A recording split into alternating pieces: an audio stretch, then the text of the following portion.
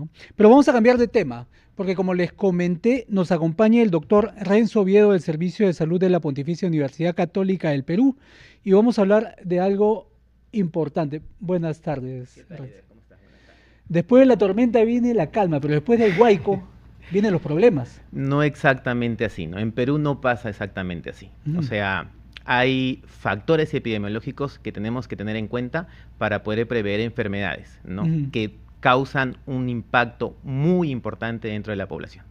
Claro, acá estamos hablando de, creo que ya vemos año a año cómo es que las autoridades o incluso la población carece de organización para darle de alguna manera eh, para la resiliencia, ¿no? Con respecto a los huaicos. Pero después del huaico vienen las enfermedades. Sí, mira, para comentarte, la, la población tiene que saber cómo evoluciona una enfermedad. Ujú. En el año 2024, el año terminó con más de 260.000 contagiados por dengue. En el Ajá. año 2025 terminamos con un poquito más de 39.000 y 56 fallecidos. En este momento, febrero ha cerrado con un poquito más de 5.000 pacientes contagiados y confirmados. Ujú. Y se espera que en marzo lo cerremos con 35.000 pacientes. Cifras importantes. Cifras muy importantes y que nos van indicando el ciclo de una enfermedad importante que se va a desarrollar en la población y que Ujú. lógicamente tenemos que tomar medidas. Ahora, la pandemia fue un quiebre para muchas enfermedades, ¿no? Por ejemplo, ¿para el dengue también se detuvo en la época de pandemia o no tanto? Lógicamente, epidemiológicamente hablando, sí hubo un declive, Ujú, ¿no? Pero no específicamente porque no existía el vector, el transmisor, ujú. ¿no? Sino porque en realidad no había ese ciclo social para poder interrelacionarse y que el vector traspase la enfermedad de persona en persona. Claro, entonces en ese contexto de alguna manera se perdieron las medidas de prevención que la población había adquirido o es que nunca hubo medidas de prevención. Buena pregunta, buena pregunta. O sea, entender si hay medidas de prevención o no están escritas en el papel. Ajá, y ¿Ok? creo que todos lo sabemos. Todos lo sabemos, todos sabemos el ciclo de la enfermedad, sabemos el ciclo del vector. Ujú. El problema es quién controla que se cumpla esas medidas de prevención que debemos de tener como población. A ver, ¿cuáles son, así específicamente? Primero, el vector tiene 4 fases, ¿ok? Ujú, Huevo, larva, pupa y mosquito como tal, que es la ujú, fase en la que infecta o contagia. El huevo se coloca en los recipientes, en las paredes de los recipientes, no en la parte líquida, sino en las ujú. paredes de los recipientes. ¿Por qué aclaro esto? Porque si uno quita el líquido del recipiente y se da por cumplido con el tema de la prevención, no estamos eliminando al huevo. Y el huevo tranquilamente puede estar un año inerte en esa pared y después, cuando le vierten agua, volverse a activar con la humedad. Es un riesgo latente, Es entonces. un riesgo latente, por supuesto que sí. Entonces, ¿cuál es la medida exacta? Es retirar los líquidos que están almacenados de manera irregular en los Ujú. recipientes y lavar los recipientes con frecuencia. ¿Lavar Cepillarlos. con algo en específico Con o cualquier desinfectante, sí, detergente? con cualquier desinfectante, no voy a utilizar ninguna marca en particular, La pero esponjita verde. no voy a utilizar ninguna marca en especial, pero la idea es restregar las paredes de los recipientes, porque Ujú. es allí donde se quedan los huevos del mosquito que transmite la enfermedad. Claro, esa sería, digamos, pero sobre todo evitar, ¿no? Tal vez acumular agua que se vaya a quedar emposada también. Sí, o sea, a ver, dentro de todas las medidas es evitar Mm, acumular líquidos o aguas en donde no vayamos a tener una higiene constante, ¿no? Pero, ¿cómo lo podemos evitar en una temporada en donde hay lluvias? claro, En donde se donde no emposan. podemos controlar esos recipientes, ¿no? Claro, Allí viene el tema de la autoridad, ¿no? De claro. estar controlando casa por casa, porque de esa manera también se controlan muchas enfermedades, casa por casa, el que verdaderamente se tengan las medidas preventivas en cada hogar.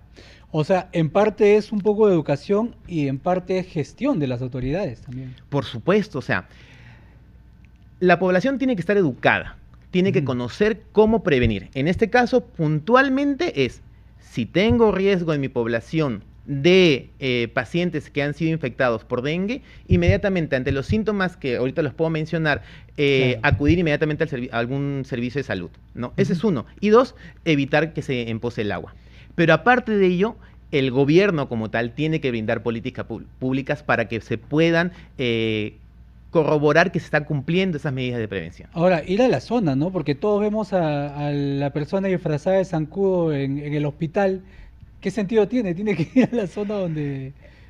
Como yo digo, la medicina en realidad no solamente es estar en grandes hospitales o en grandes oficinas para poder prevenir las enfermedades. A veces la medicina es ponerse de pie a pie al costado del paciente e ir casa por casa para enseñar qué es lo que se debe de hacer Al pie del cañón. al pie del cañón.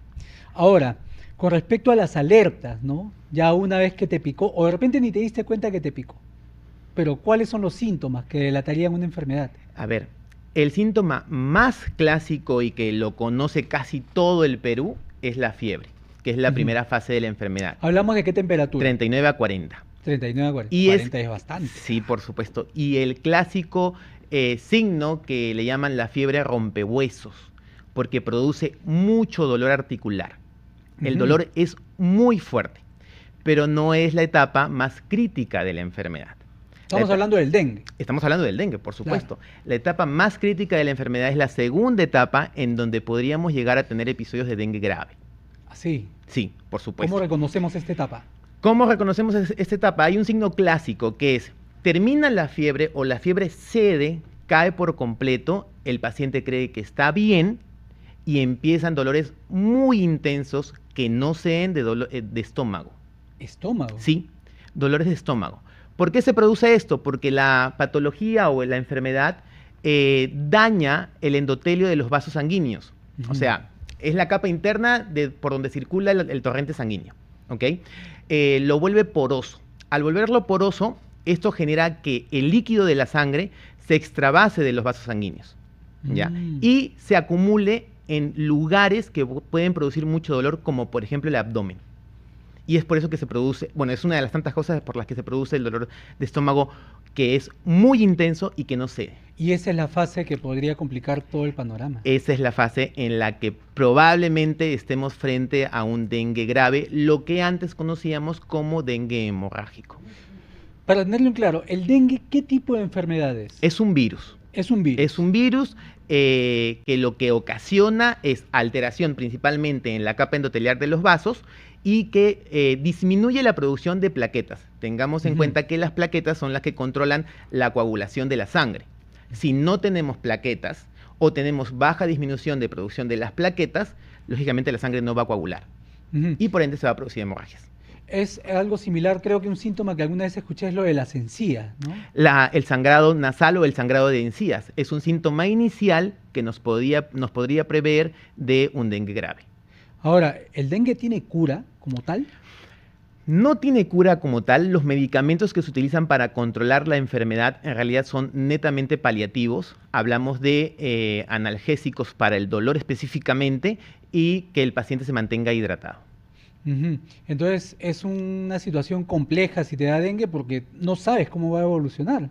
No sabemos cómo va a evolucionar, pero sí podemos preverlo. Porque si en una población sabemos que ha dado un dengue tipo 1 y después por allí algún vecino se enferma y confirmamos que es un tipo 2, esa población está en riesgo. Porque ¿Por qué? probablemente el serotipo de la enfermedad ya mutó, ya varió Ujú. y va a terminar contagiando a todos en la población. Es por eso importante que uno de los controles para poder medir cómo va a evolucionar la enfermedad en una población es tipificar el serotipo del dengue. Ujú. Claro, para poder tener el panorama más claro. Ahora, ¿es verdad que la segunda vez que te da dengue puede ser peor que la primera? No exactamente así, no exactamente así. Existe una respuesta inmune del cuerpo que, si bien es cierto, no se puede controlar. Ujú. Si te da el serotipo 2, sí es mucho más agresivo. Ujú. Porque lo que hace la respuesta inmune, en vez de proteger al 100% del cuerpo, les da facilidades al virus para que tenga o ingrese mucho mejor al cuerpo, al torrente sanguíneo sobre todo. Ujú. Entonces, de todas maneras, no es que si te da una segunda vez, también es de cuidado, de todas maneras. Todas las veces son de cuidado. Es importante que la población tiene que entender que cuáles son los signos de la enfermedad, Ujú. que tiene que acudir al médico y que no se debe de automedicar, porque uno no sabe en qué momento ese dengue clásico, por así decirlo, se puede convertir en un dengue grave y te podría llevar a una cama UCI. Claro. Ahora, ¿qué hacer? Definitivamente ir al médico. ¿Qué no hacer además de no automedicarse? Que la palabra principal es no automedicarse y sobre todo no tomar antiinflamatorios. ¿Por Mm. qué? Porque hay una familia de antiinflamatorios que producen o que alteran el ciclaje normal de las plaquetas, Ujú. ¿ok? Y disminuyen la agregación plaquetaria. ¿Qué es la agregación plaquetaria? Que las plaquetas se puedan juntar y puedan formar un coágulo o puedan tapar un hueco para evitar el sangrado en el cuerpo. Claro. Entonces, digamos, es que esto yo lo veo bastante como un problema de educación, ¿sabes por qué? Porque si hay zonas en las que de alguna manera sabemos que en determinadas épocas del año se dan las condiciones para que este mosquito, que no tengo el nombre, no, Aedes aegypti. es exactamente ese, pues evidentemente prolifera y pone en riesgo a la población de contagiar de dengue, pues que las autoridades no tomen cartas en el asunto, eduquen a la población. No solamente eso, también es un tema de saber informar. Mm. Se ha demostrado a través de estudios, había un estudio en Singapur hace poco en donde la colocación de una bacteria en el vector, en el mosquito, hace que el mosquito produzca, por así decirlo, huevos infértiles, o sea, que no se Claro. conviertan en mosquitos, y también que disminuya su capacidad de replicación vírica.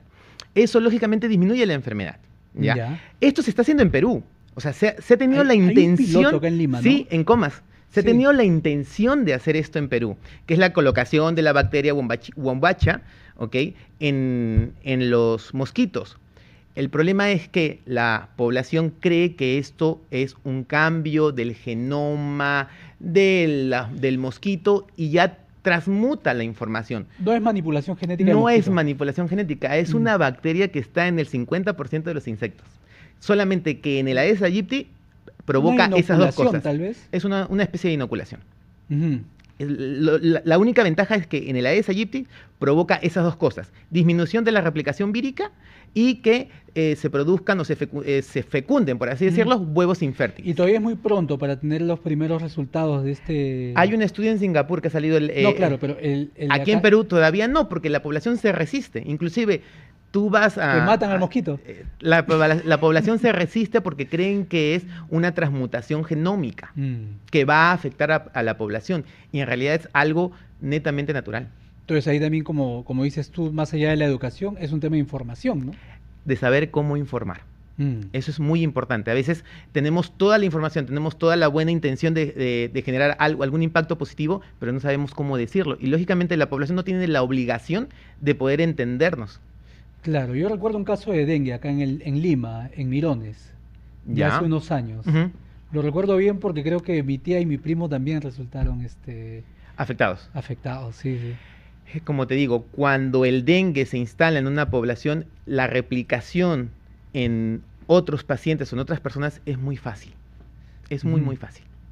Claro, entonces, digamos, zona urbana, zona rural, Lima, provincias, cuando se dan las condiciones, están todos en riesgo. Sí, exacto. O sea, ¿las condiciones cuáles son? Temperaturas elevadas, febrero, marzo, probablemente abril y mayo tengamos temperaturas elevadas y humedad. Y de por sí el Perú es un país húmedo. Ahora con el niño costero que Peor se va a prolongar todavía. estas fechas. Peor todavía. O sea, Ujú. es por eso que para marzo ya está la alerta epidemiológica en el MINSA. Para marzo se prevé que vamos a llegar a por lo menos 35.000 casos. 35. Para marzo solamente. Claro. Y ahora con un verano, unas condiciones climáticas prolongadas, tal vez este año rompemos récord. Probablemente. Esperemos que no, ¿no? Porque va Claro. a ser a favor de la población y del sistema de salud como Claro, tal, un ¿no? tiempo prolongado también me animaría a pensar que va a dar mayor tiempo para informar, educar a las personas, ¿no? La alerta epidemiológica está. Ujú. ¿Esto qué genera? Que se puedan informar a las personas, se puedan tomar algunas medidas preventivas, ¿no? La vacuna que se está aplicando en el norte y en la selva del país. eh, pero, o sea, la historia nos dice otra cosa, lamentablemente, ¿no? Claro. La vacuna es... Es una vacuna tetravalente que se aplica según norma del Ministerio de Salud en estos momentos a niños, adolescentes, jóvenes entre 12 a 20 años, poblaciones expuestas como el personal de salud, las Fuerzas Armadas y la policía. Ah, por un tipo de población específica. Sí, y por el momento se están aplicando en el norte y en la selva del Perú. Está bien. Renzo, te quiero dar las gracias por habernos acompañado a hablar del tema que creo que es importante y seguramente vamos a volver a hablar de este tema porque como te digo, esta temporada de verano o de calor se va a extender un poco más. Todavía indicar eso. Muchas Gracias a ti por gracias. la